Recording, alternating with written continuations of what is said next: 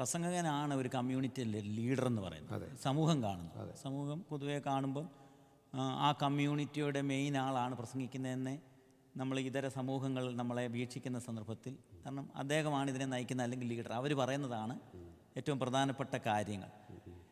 അപ്പം നമ്മൾ നമ്മുടെ ക്രെഡൻഷ്യൽ കാത്തു സൂക്ഷിക്കേണ്ട നമ്മുടെ പദങ്ങൾ, നമ്മുടെ രീതികൾ, നമ്മുടെ സഭ്യമായ വാക്കുകൾ.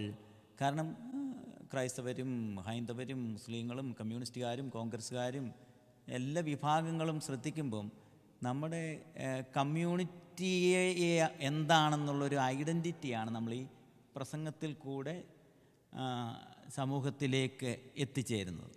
നമ്മുടെ പ്രസംഗ ലോകം, പ്രഭാഷകർ ഉപയോഗിക്കേണ്ട പദങ്ങൾ, ഭാഷ, ഇതിനകത്തെ ഒരു കൺസേൺ പബ്ലിക്കിനെ കുറിച്ചുള്ള ഇതിലൊക്കെ ഒത്തിരി നമ്മൾ വളരേണ്ടിയിരിക്കുന്നു എന്ന് തന്നെയാണ് പറയാനുള്ളത്.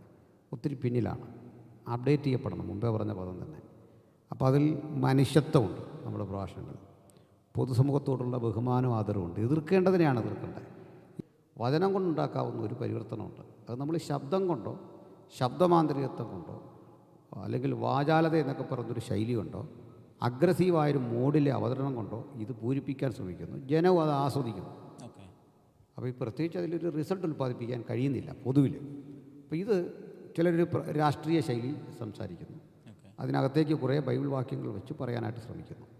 ചിലരത് കുറേ വാക്യങ്ങളൊക്കെ പറയുന്നതിൽ ബൈബിളാണെന്ന് തോന്നും, പക്ഷേ ഇതിനകത്തൊരു ചിന്തയോ അതിനകത്തൊരു വിഷയത്തിൻ്റെ എക്സ്പ്ലനേഷനോ ഒന്നും അല്ല പറയുന്നത്.